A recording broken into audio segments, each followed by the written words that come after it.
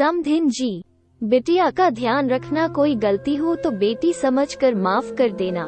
बहुत छोटी सी थी जब इसकी माँ इसे छोड़कर चली गई, पर मैंने अपनी तरफ से इसके संस्कारों में कोई कमी नहीं आने दी है।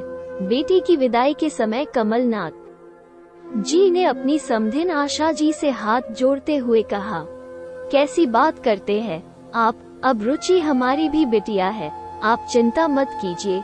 चिंता की तो बात है। कमलनाथ जी अंदर ही अंदर सोचने लगे। रुचि मात्र 5 साल की थी जब उनकी पत्नी का देहांत हुआ था। शादी के 20 साल बाद उन दोनों पति पत्नी को माता पिता बनने का सौभाग्य प्राप्त हुआ था, पर उनकी पत्नी ज्यादा दिन तक संतान सुख नहीं ले पाई और दिल के दौरे से उनका देहांत हो गया था। दूसरी शादी की उम्र तो थी नहीं, बेचारे अकेले ने ही रुचि को पाल पोस कर बड़ा किया था। छोटी सी उम्र से ही सारी जिम्मेदारी उठाने वाली रुचि हर काम में निपुण थी। अगर कोई आदत उसकी अच्छी नहीं थी तो वो था स्वभाव से उसका थोड़ा जिद्दी और मुंह फट होना। जो बात उसे अच्छी नहीं लगती थी तुरंत ही मुंह पर बोल दिया करती। कल को ससुराल जाएंगी तब थोड़ा अपने गुस्से पर काबू रखना, वरना रोज तेरी गलती के फोन आया करेंगे। ससुराल वालों की ऐसी की तैसी, किसी की भी हिम्मत नहीं जो आपकी बेटी की शिकायत करे। तुरंत ही जवाब हाजिर होता। बस उसके इसी व्यवहार की चिंता कमलनाथ जी खाए जा रही थी कि कहीं ये ससुराल में कोई मुसीबत न खड़ी कर दे। रुचि का नया घर सोच से बिल्कुल विपरीत था। सब लोग उसे बहुत प्यार करते, हर समय उसे खुश रखने की यथासंभव कोशिश की जाती।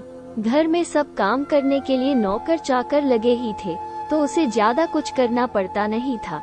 सब कुछ अच्छा चल रहा था, पर रुचि खुश नहीं थी। उसकी वजह थी उसके ससुराल वालों का जरूरत से ज्यादा आलसी प्रवृत्ति का होना। अकेले होने के कारण शुरू से सारे काम खुद से करने वाली रुचि को पल पल सब लोगों का हर छोटे काम के लिए नौकरों को आवाज देना बिल्कुल भी पसंद नहीं था। उसकी सास आशा जी सुबह की पूजा पाठ निबटाने के बाद हरदम अपने बिस्तर पर ही बैठी रहती। वहीं पर बैठकर पूजा करना, टीवी देखना, माला जपना, नहीं तो घंटों फोन पर अपनी बहनों और सखियों से बातें करना और फिर रात आते आते अपने घुटनों के दर्द का रोना रोकर ढेर सारी दवाइयाँ खा लेना। वही ससुर जी जहाँ भी खाना खाते उसी थाली में हाथ धोकर अपने अखबार पढ़ने में व्यस्त हो जाते, नहीं तो अपने लैपटॉप पर उनका शेयर मार्केट चालू रहता। वही पतिदेव रोहित ऑफिस से आने के बाद मौज कहीं, जूते कहीं, अपना ऑफिस बैग और जरूरी सामान कहीं भी किसी भी ठिकाने पर रख देते। फिर सुबह उठकर एक नौकर का पूरा समय सिर्फ उस सामान को ढूंढने में निकल जाता।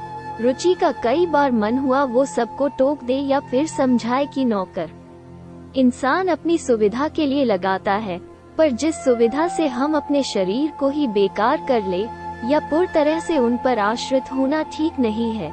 पर हर बार उसे पिता से किया वादा याद आ जाता, पर रह रहकर उसका अंतर्मन इसे नजरअंदाज करने की गवाही नहीं दे रहा था।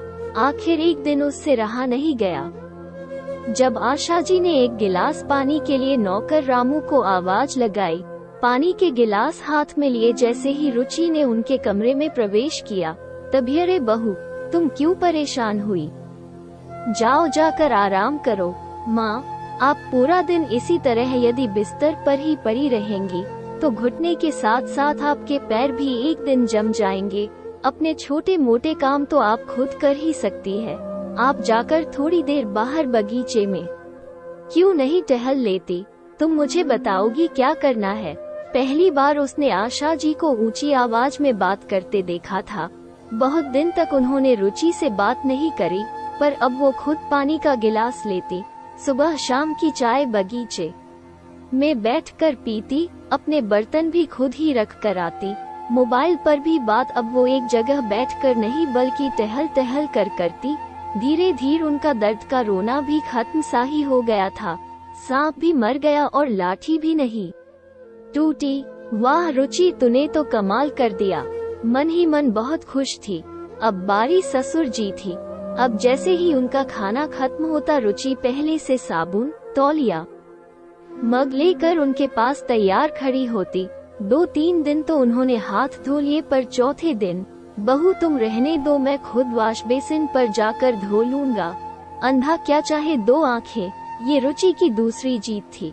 पर अब बारी सैया जी की थी, जिन्हें सुधारना मुमकिन ही नहीं नामुमकिन था, पर वो मुश्किल भी बहुत जल्द आसान हो गई। एक शाम उसके पिताजी उससे मिलने अचानक ससुराल आ गए। बेटा, मैंने तो तुझे ऐसा घर रखना नहीं सिखाया। रुचि के फैले कमरे को देख कमलनाथ जी ने कहा, अच्छा ये सब। वो सुबह रोहित को सारा सामान खुद ढूंढना पड़ता है न, इसलिए मैं उन्हें ऐसे ही पड़ा रहने देती हूँ। ये भी खुश और नौकर भी। रोहित के सामने रुचि ने आंखें नचाते हुए कहा। 4 दिन कमलनाथ जी उनके घर रहे। इन 4 दिन में रोहित अपने जूते चप्पल, लैपटॉप आदि सब ठिकाने से रखता, यहाँ तक कि अपना गीला तौलिया भी खुद ही सुखाने डालता। रुचि अपने ससुराल वालों में आए इस व्यवहार से बहुत खुश थी। बेटा, मुझे गर्व है अपनी परवरिश और मेरी बेटी पर। जाते समय कमलनाथ जी ने अपनी बेटी को गले लगाकर उसके कान में धीरे से कहा, पापा, बाप हूँ मैं तेरा, सब समझता हूँ। ससुराल वालों की ऐसी की तैसी। रुचि के इतना बोलते ही दोनों बाप बेटी हंस पड़े। दोस्तों, मेरी यह रचना आपको कैसी लगी? कृपया अपनी राय मुझे कमेंट बॉक्स में जरूर बताएं। आप इसे लाइक और